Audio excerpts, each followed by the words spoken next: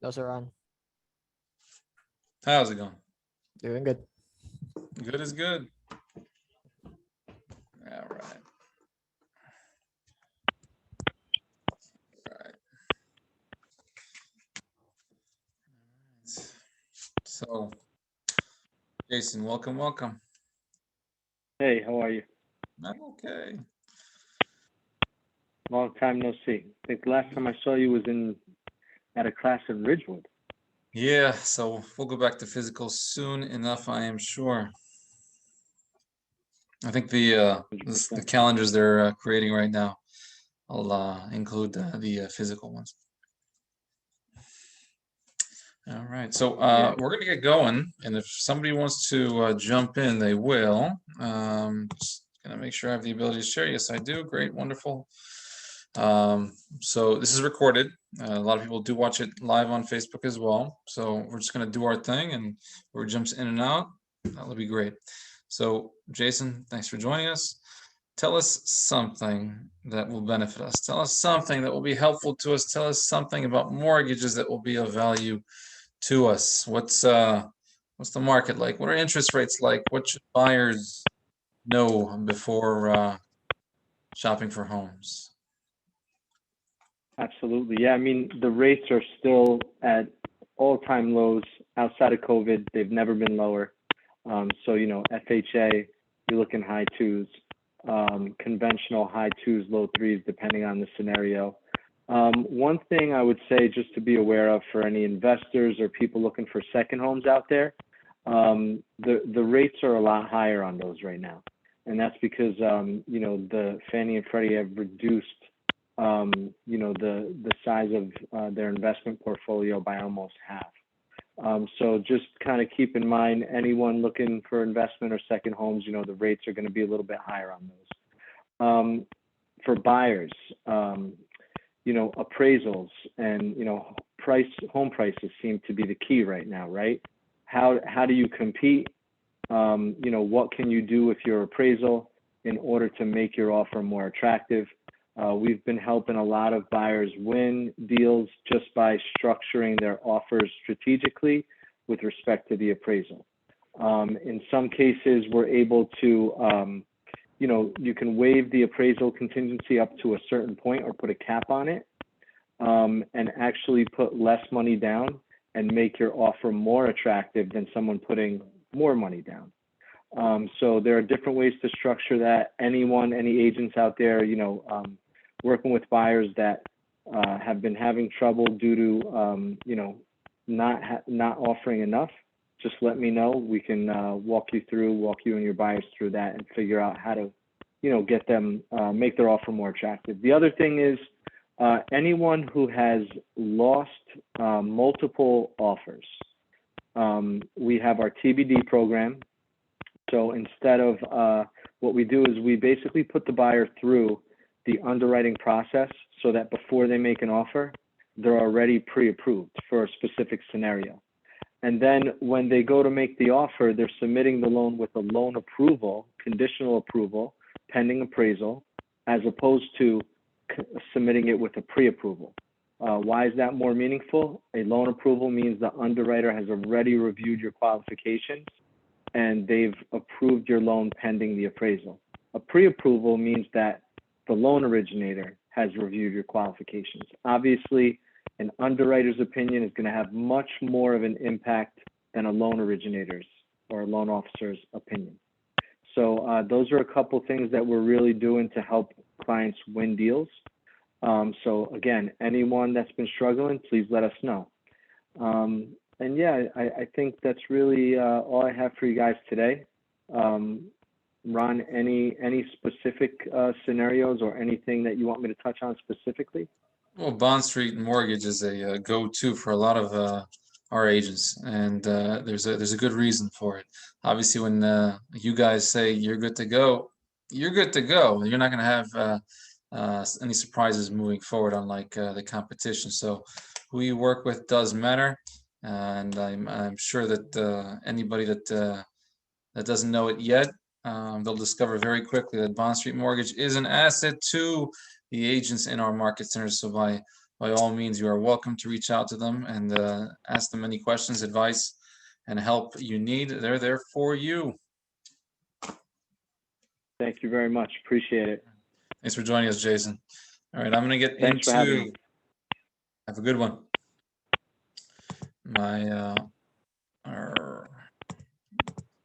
There we go. Let's share this. We're going to do multiple offers today. It's going to be fun. It's always a fun subject. Share this. Click. Not working properly, but okay.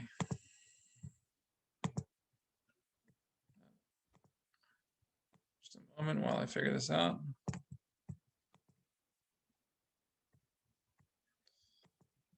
There we go. All right, multiple offers. Let's do this. All right, as always, our goal, our intention is to provide value and as much value as we possibly can provide you. So let's get into it. So market conditions, crazy, volatile, difficult, challenging. Seller's market is a good way to describe it. Name of the game nowadays is multiple offer situations. We see it often and everywhere. Let's talk about how to strengthen offers, because one thing I do know, if we as agents do not know how to strengthen our offers, can we communicate and convey to our clients how to strengthen offers? And the answer is no, we cannot. We cannot give what we do not know, what we do not have. So let's talk about that. So multiple offers. Yes, the market conditions are very challenging to be a buyer and a buyer's agent, and there are different ways that we can strengthen our offers. Let's discuss. That's just a picture of our team. Great group. Top team in the entire NGM last 5 years. Here we go. All right, we're going to stick on this particular page for a while. So different ways to strengthen offers. Top of the list here, you're going to see relationship with agent. Now, what makes that so important? Well, even if you don't have a relationship with an agent, I will recommend and encourage you to connect with a listing agent. That's always a good thing. You'll already be better than 90% of the agents out there just by doing so. So relationship with agent goes a long way. Why? Because if you have, let's just say theoretically, let's say we have 10 offers on the table, top 2 offers are very close to each other. One agent you've worked with in the past, you know their lenders, you know their attorneys, you know they do what they say what they do. There's not going to be any surprises. And then there's this other offer, and you don't know them, and you don't know their lender, and they're identical offers. Which one would you prefer working with? Obviously, it's the one you have a relationship with, because more than anything, we want to get to the closing table, and you know that they're going to make it happen. So relationship does help. An easy way to create relationships with agents is to do the footwork, you know, do the prep work, the preparation to become an expert.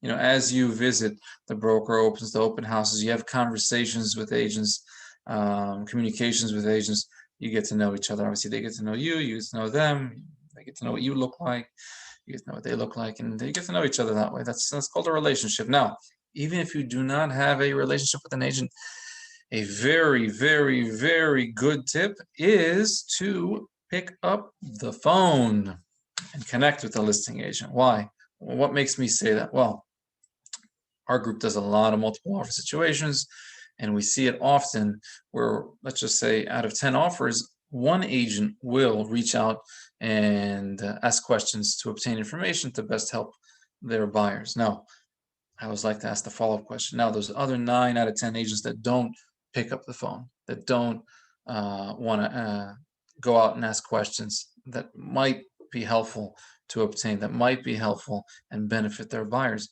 are those buyers agents, are they promoting their buyer's best interest by not calling? And the answer is no. It's a rhetorical question. If you want to be better than the majority of the agents out there, the traditional buyer's agents out there, all you have to do is pick up the phone. It's a good tip.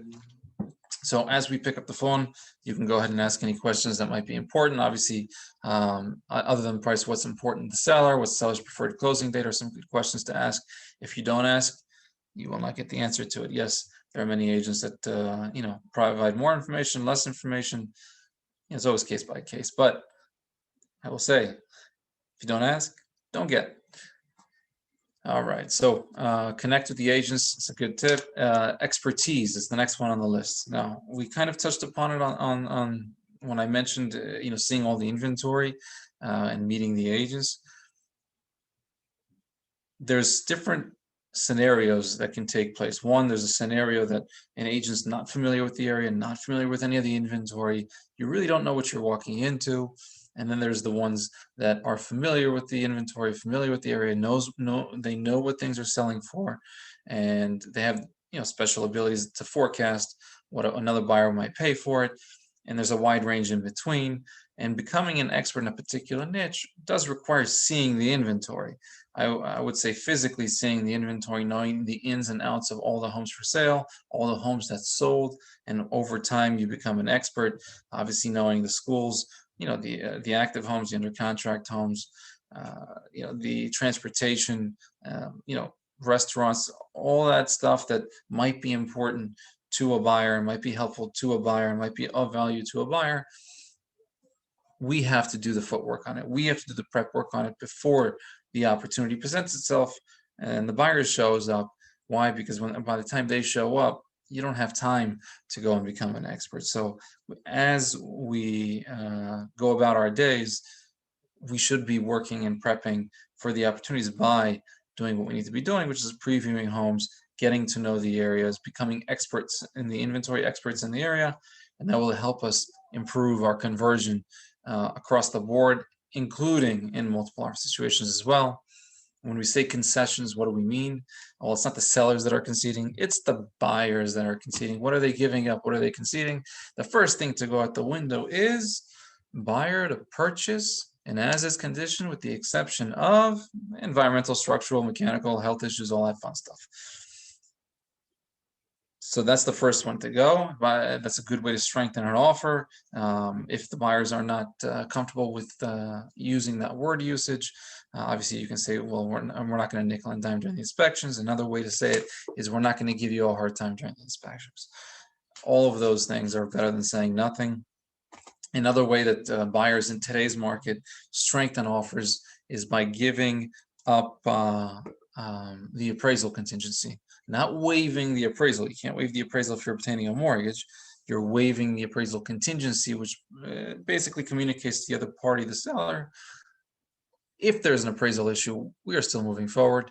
Now, if you don't have the ability to waive it completely, maybe you can strengthen your offer by capping it.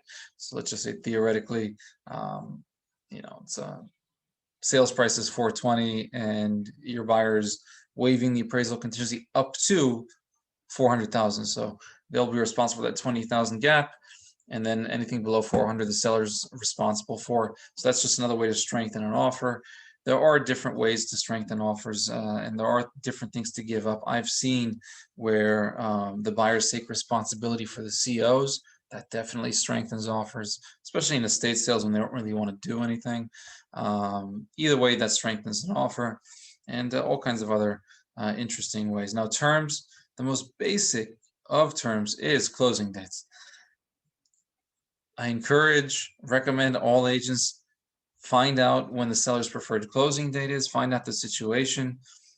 I've never had a listing agent say none of your business. They'll always tell you, well, it doesn't matter, 60 days, 90 days. You know what? My sellers don't really know where they're going. They might need a purchase contingency. So knowing the situation will help you. And now we're going to get into it in a second. We're going to talk about leaseback and use of occupancy. So we'll wait for that one. Escalation clauses is a tool rarely used in real estate, seldomly used in real estate. We're seeing a lot more often when it's getting crazy, when there's like 60 offers on the table and 28 offers on the table. It's still rarely used, even in today's market. I don't see it as often, but we see it more often than we used to. Highest and best, it's the best tool for a seller and a listing agent to squeeze top dollar out of buyers and buyers agents. It's the most likely used one. What I will share with you is that you want to discover exactly what's going to happen, if it is going to be highest and best, or is the seller just going to select one of the offers. What we don't want happening is that we're going to advise our clients let them know the best strategy in this scenario is to submit an offer for asking just to be in the mix, and then we'll update our offer, provide them our highest and best right before the deadline, and lo and behold, the seller doesn't do a highest and best. They select to just move forward with one of the offers, and it's not yours. Congratulations, we're this much closer to being fired. We don't want that. So let's connect with the listing agents listed. They generally know if they're going to move forward with the highest and best deadline, or they're just going to select an offer. So ask the question, get the answer. Letters to sellers, bio letters. There's I got to put an asterisk next to this one because it's many of the brokers are advising not to use these letters, not to submit offers with these letters. Yet I just simply ask the question: do these letters help strengthen an offer? Yes, they might. Yeah, because of fair housing, we have to be careful with these letters, what we insert in these letters, okay? So just be careful with those. That is a way to strengthen an offer. If you speak to enough agents that have utilized these particular letters, you will find that many of them will tell you they were able to obtain properties for their clients, obtain deals for their clients, only because of these letters. If it wasn't for the letter, they wouldn't have obtained. So it does show that it does strengthen the offer. Just be careful with those letters, okay? Lender makes a huge difference when it comes to strengthening an offer. A lender can either strengthen an offer or weaken an offer. Now, what makes that so? Well, if it's a local lender that we know is going to get the deal done compared to an ABC mortgage out of Pennsylvania, which one's the stronger offer? That's where a lender makes the difference. Now, there's other ways that lenders can strengthen offers. Lenders can make a phone call to the listing agents, let them know what a strong buyer they have on their hands, that they've collected all the financial documents and they're good to go. That will strengthen an offer. Lenders, if you heard Jason speak in the intro, he said that it is possible to get a buyer through underwriting with their TBD program to be determined properties, so to speak, get them through underwriting where you only have 3 conditions in order to obtain a clear to close, which is your title company information, your appraisal, and your 1-year homeowner's insurance policy. So there are ways that the lender can strengthen an offer. Who you work with does matter on that aspect as well. Deposits. Here in our area, we generally just do additional deposits, which are due 10 days after completion of attorney review. You can enlarge the deposit. You can make it bigger. That will strengthen an offer slightly. You can also play with it a little bit, put some money towards an initial deposit or make a large initial deposit. Again, you can play with it to strengthen an offer. It does strengthen it slightly. We did mention a leaseback earlier, also known as a use of occupancy. If we know that the seller doesn't know where they're going and they're asking for a purchase contingency, it might be a prime situation to offer them a leaseback. If I called the listing agent and I said, hey, would it be helpful to your sellers if buyers closed on the property, allowed your sellers to stay in the property, put all the equity in their pocket, and now purchase a home without a sale contingency? Would that be helpful to your sellers? Of course it is. In those type of situations, it does strengthen an offer in a creative way. I will tell you, just get everybody on the same page. Let the attorneys know what the terms are. And that goes across the board with anything. If you're waiving the appraisal contingency, if you're saying as is with the exception of, if you're doing leasebacks, this or that, whatever it may be, when you're communicating the executed agreement to the attorneys, just get everybody on the same page with that cover letter, all the contact information, all the terms, so that there's no surprises during attorney review. Okay. Now, there are other ways to strengthen offers. Buyer consultations will help you prep your buyers for what's to come. I always like to say the most underused words in real estate by a real estate agent is, this is what happens next. If you use that at the end of every conversation with your clients, you're better than most agents out there, right? Because our buyers of today, they're anxious. They're an anxious bunch. They're frustrated, and I don't blame them. It's our job as buyers agents to lower their anxiety level, to make them feel more comfortable, to make them feel more confident. And that happens when we tell them what happens next. Now, a buyer consultation / presentation / discussion, whatever you want to call it, is a very good way to review the buying process with them, to review the market conditions with them, to review how to strengthen an offer in multiple offer situations, to discover what they're looking for and all that fun stuff. If you are conducting a buyer consultation, you are better than most agents out there already because they are not doing it. So you can prepare your clients so they are comfortable and confident moving forward. Preparation is key. Now, when I say preparation, yes, I mean prepare the clients, but I also mean prepare ourselves, me included. We can't give what we don't have, which means if we want to communicate the buying process, we need to know the buying process. And if we are to communicate the market conditions, we need to know the market conditions. And if we are to communicate how to strengthen an offer, we need to know how to strengthen an offer. So there's a lot of prep work that goes on our end. So, while you're not on appointments, go out and prepare, go out and learn, go out and grow, go out and see inventory. There's a lot of downtime. You're not on appointments all day, every day. Attorney selection is a big deal. You want to strengthen an offer, have an attorney selected, have it in the email when you send it over. That we have a template on our team. Everything's just broken down as far as sales price, down payment, closing date terms, all that fun stuff, and attorney info as well. So everything's just laid out, very organized, so that the listing agent doesn't have to look through all the paperwork and figure it out. So attorney selection is a good way to strengthen an offer, especially if it's a good one. If you're scrambling, let's just say they had 16 offers and you don't have an attorney selected, and now your buyers are scrambling to select an attorney and they want to meet the attorney in person, or they want to speak to them over the phone, and it's 2 days later, 3 days later, and they haven't done it yet, and the listing agent's getting frustrated and the seller's getting impatient. And next thing you know, they went to a different offer because you took forever. So have the attorney selections already selected in advance. It's something you can cover in your buyer consultations. Have it good to go. Same thing with inspectors. Make the recommendations. Don't have them scramble. A lot of inspectors are busy, especially now. I think many inspectors I know that they do multiple inspections a day. They're all very busy. And communication, I think I put that in twice by mistake, yet it is very, very important to communicate everything that happens.